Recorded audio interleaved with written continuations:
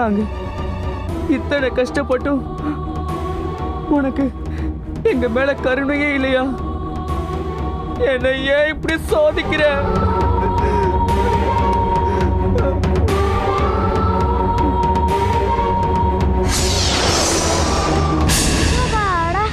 ஒரு வழியா ஒரு பெரிய பிரச்சனையை சமாளிச்சாச்சு இல்லையா சேட்டு? என்னடா இது சேட்டை காணோம்? சேட்டு சேட்டு, ஏன்பா சேட்டு நீ எங்க இருக்கிற? என்ன இது மூசாவை காணோம்? எங்க போயிருப்பான்? சரி கடற்கரைக்கே போய் பாப்போம்.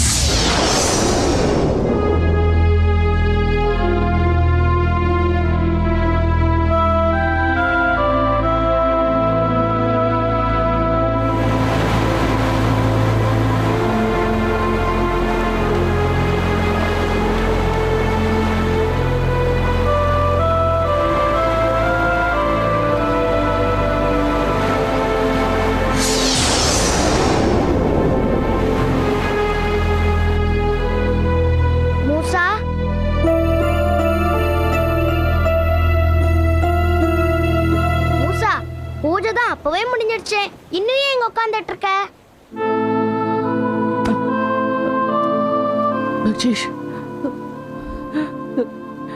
என்ன மூசா, ஏன் இப்படி உடைஞ்சு போயிருக்க? அமைச்சர்கள் யாராவது என்ன பார்த்துட்டாங்களா?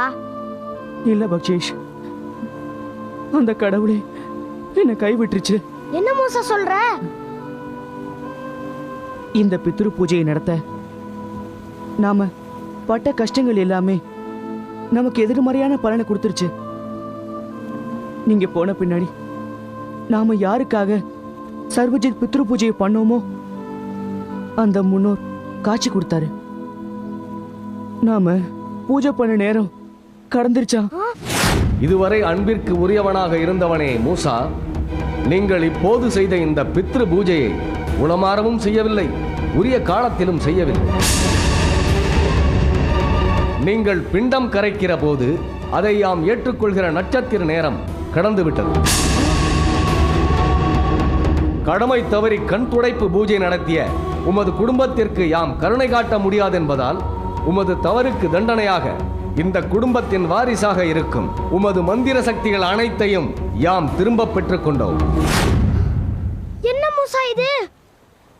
என்னன்னா என்ன சொல்றது? எல்லாம் என் விதி.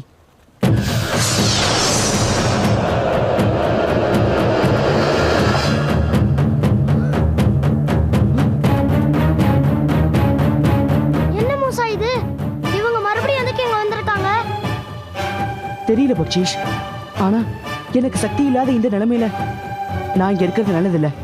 உன்னோட சக்தியை வச்சு என்ன கூட்டிட்டு போ பக்ஷீஷ். வா மூசா. சந்தேகமே இல்லை, இதில் மந்திரமும் இல்லை. இதுதான் உண்மையான சர்வஜித் பித்ரு பூஜை. அலாவுதீன் குடும்பத்தார் நம்மை திசை திருப்பி இங்கேயே பூஜையை நடத்தி மீண்டும் நம்மை முட்டாளாக்கி விட்டார்களே, முட்டாளாக்கி விட்டார்களே. பித்ரு பூஜை நடந்து விட்டதே, நாம் அடுத்து என்ன செய்வது மன்னா? பித்ரு பூஜை தானே நடந்திருக்கிறது, இன்னும் அவர்களுடைய அஞ்ஞான வாசம் முடியவில்லையே. மன்னா, நாம் யோசிப்பதற்கு இன்னும் நிறைய நேரங்கள் இருக்கிறது, வாருங்கள் யோசிப்போம்.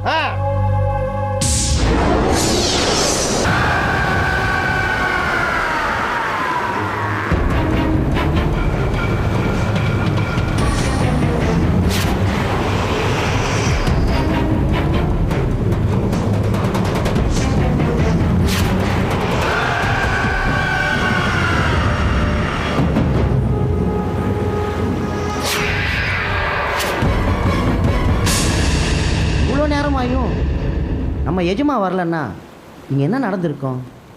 என்ன நடந்திருந்தாலும் மூசாவோ அவன் குடும்பத்தாரோ இல்லை நம்ம எஜமானோ இந்நேரம் நம்ம கண்ணுக்கு தட்டுப்பட்டு இருக்கணுமே. ஆனால் யாரையுமே காணுமே. எல்லாரும் எங்கே போனாங்க?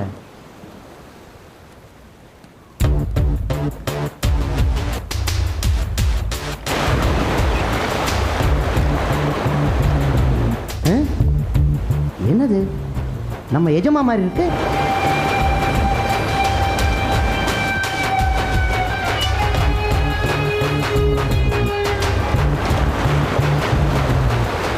அட, நம்ம எஜமானே தான். இவரே இங்க நிக்கிறாரு. மீனுக்கு வலை வீசுற மாதிரி கடலையே வெறிக்கி பார்த்து நிக்கிறாரு. கூப்பிட்டு பார்ப்போமா? எஜமா, எஜமா. போயே பார்ப்போம்.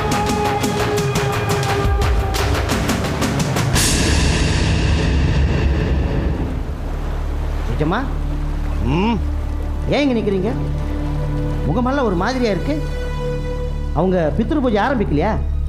இல்ல நீங்க வரத்துக்குள்ள பூஜையை முடிச்சுட்டு போயிட்டாங்களா? இரண்டும் இல்லை. ரெண்டும் இல்லைன்னா வேற என்னதான் நடந்தது எஜமா? அவர்கள் பூஜையில் ஆழ்ந்திருந்த சமயம் நான் தோன்றி அவர்கள் குடும்பத்தை சிறைப்பிடிக்க போனேன். போய் என்னை கண்ட அந்த பக்ஷீஷின் அலறலில் விழித்துக் கொண்ட மூசா என்னோடு மந்திர யுத்தத்தை துவக்கி விட்டான். அப்புறம் என்னாச்சு? மூசாவை ஜெயிச்சிங்களா இல்லையா? இல்லை. அதீத சக்திகளின் அதிபதியாக விளங்கும் மூசாவின் தாக்குதலை என்னால் தாக்கு பிடிக்க முடியவில்லை. ஓஹோ, மரணடி வாங்கிட்டு வந்துதான் இப்படி மௌனமா நிக்கிறீங்களோ?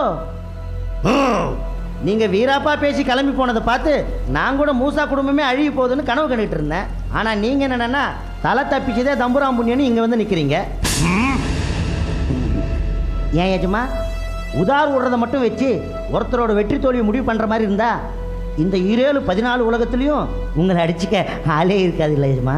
முட்டாளே, என்னை எள்ளி நகையாடி நீ அழித்து போய்விடாதே.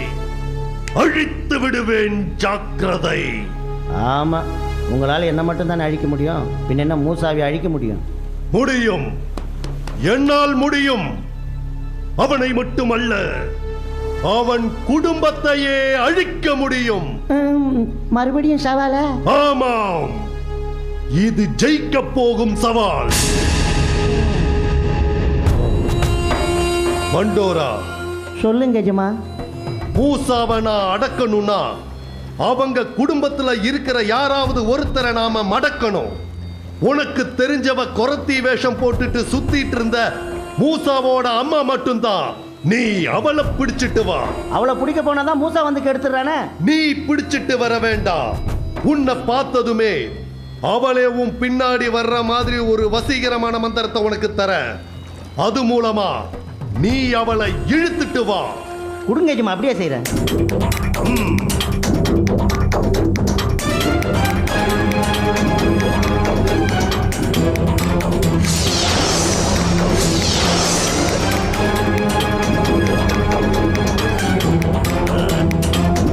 உனக்கு நான் கொடுத்த இந்த சக்தியை பயன்படுத்தி குரத்தியாக உருமாறி திரிந்து கொண்டிருந்த அந்த மூசாவின் அம்மா பூதத்தை அழைத்து வா. அவளை வைத்து மூசா குடும்பத்தையே அழித்து விடுகிறேன்.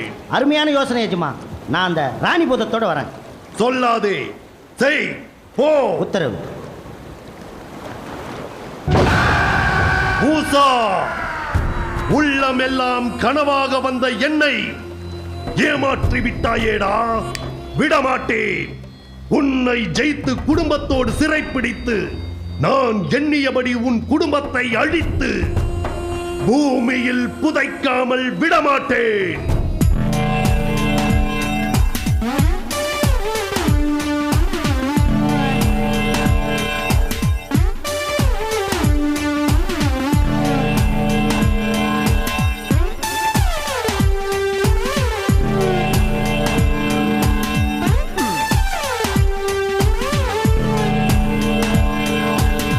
மதியூக மந்திரிகளே, என்ன செய்து கொண்டிருக்கிறீர்கள்?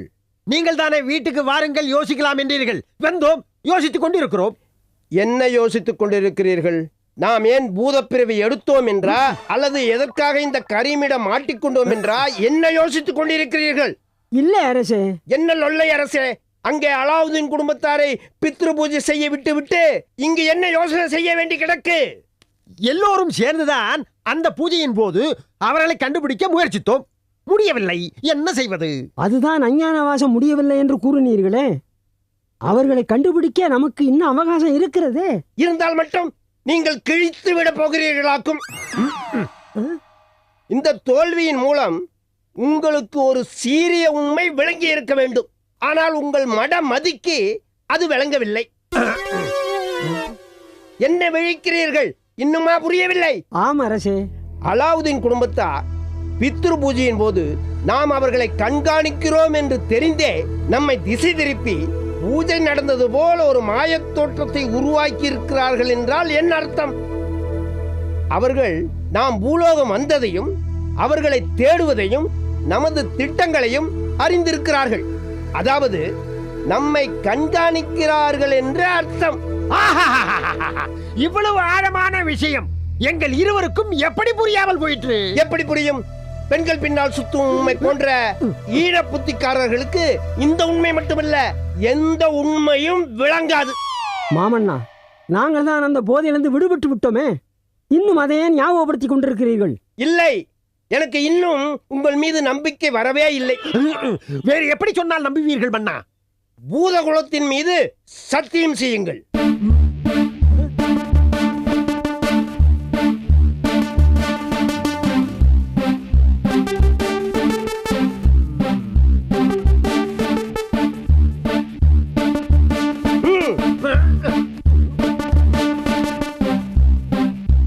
பூதகுலத்தின் மீது ஆணையாக பூலோக மகளிர் பின்னால் சுற்ற மாட்டோம்.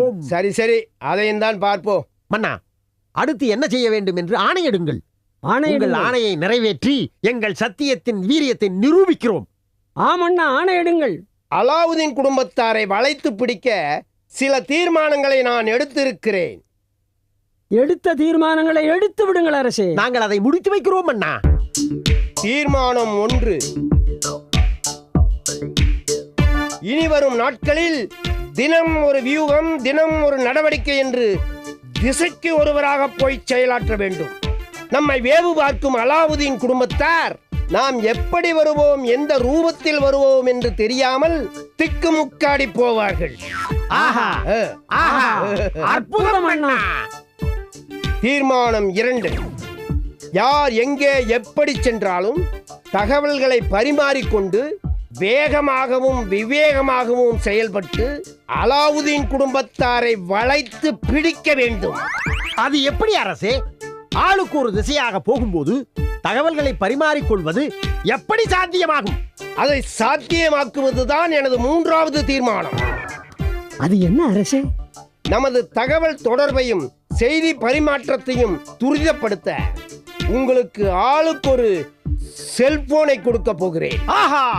மன்னர் மன்னர் வாழ்க வாழ்க, வாழ்க வாழ்க, வாழ்க வாழ்க.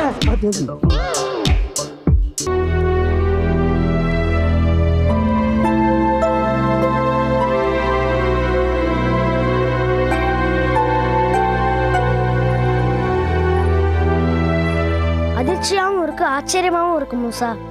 நட்சத்திரம் தவறி சர்வஜித் பித்ரு பூஜை பண்ணியதால நமக்கு வர வேண்டிய பலாபலங்கள் வேணும்னா வராம போகலாம். ஆனா இருக்கிற சக்திகளும் எப்படி இல்லாம போகும்? அது எப்படி முன்னோர்கள் எடுத்துக்குவாங்க மூசா? எடுத்துட்டாங்களே பக்ஷீஷ். இந்த இக்கட்டான சூழ்நிலையில நான் நிராயுத பாணியா என்ன செய்யறதுன்னு தெரியாம, அந்த சக்திகளை எப்படி திரும்ப அவங்க கிட்ட இருந்து வாங்குறதுன்னு புரியாம தவிச்சு போய் நிக்கிறேன். அதான உண்மை. பூத அமைச்சர்கள் வந்தப்ப கடற்கரையில இருந்து மறைய முடியாம தவிச்சேன்னா உன்னோட உதவியால தானே அவங்க கிட்ட மாட்டாம இங்க வந்து சேர்ந்தேன். அதுக்கு பிறகுமா எனக்கு சக்தி போயிடுச்சுன்னு நான் சொல்றத நீ நம்ப மறுக்கிற? மூசா, உனக்கு சக்தி போயிடுச்சுன்னு நீ சொல்றத நான் முழுக்க முழுக்க நம்புறேன். ஆனா இப்படி கூட எதனால கூட போகுமாங்கிறது தான் என்னோட சந்தேகம். தெய்வத்தோட கோட்பாடுகளும் சட்ட திட்டங்களும் சாபங்களும் வரங்களும் நம்மள போல சாதாரணமா இருக்கிறவங்களோட அனுமானத்துக்கு அப்பாற்பட்டது பக்ஷீஷ். நாம தவறு பாவம்னு நினைக்கிறது தெய்வத்தை பொறுத்த வரைக்கும் தவறு இல்லாம இருக்கலாம். நாம தவறு இல்லைன்னு நினைக்கிறது அவங்களுக்கு தவறாப்படலாம். அத பத்தி நாம எந்த உறுதியும் சொல்ல முடியாது. ஆனா என்ன பொறுத்த வரைக்கும் நம்ம எதிரிகள் சூழ்ந்திருக்கிற இந்த சமயத்துல இப்படி ஒரு சங்கடம் வந்து சூழ்ந்துருச்சுங்கிறது தான். வந்திருக்க கூடாது, ஆனா வந்துடுச்சு. அடுத்து இது நிவர்த்தி செய்ய மறுபடியும் சக்தி கிடைக்க என்ன வழின்னு யோசிப்போம்.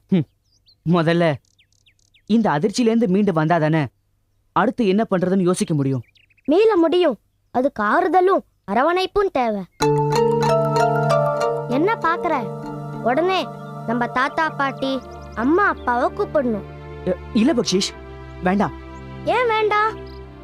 சகல விதமான சக்திகளோட அவங்களுக்கு பாதுகாப்பா இருக்கிறங்கிற தைரியத்துல தான் எல்லா கஷ்டங்களையும் மீறி அவங்க தெம்போடையும் சந்தோஷத்தோடையும் உலாவிக்கிட்டு இருக்காங்க. இப்ப போய் அவங்கள கூப்பிட்டு எனக்கு சக்தி போயிடுச்சுன்னு சொன்னா எங்க தங்களுக்கு ஆபத்து வரும்போது மூசாவால காப்பாத்த முடியாதோன்னு நினைச்சு நினைச்சு நொந்துக்குவாங்க. அப்புறம் நான் அவங்களுக்கு ஆறுதல் சொல்றதா இல்ல நான் இழந்த சக்திய மீட்க போராடுறதா? ஒரு வகையில நீ சொல்றதும் நியாயம்தான். அப்ப இதுக்கு என்னதான் வழி? இழந்த சக்திய எப்படி திரும்ப அடையிறது மூசா? நம்மளால முடியாதப்ப காலம்தான் பதில் சொல்லணும். சொல்லும், காத்திருப்போம்.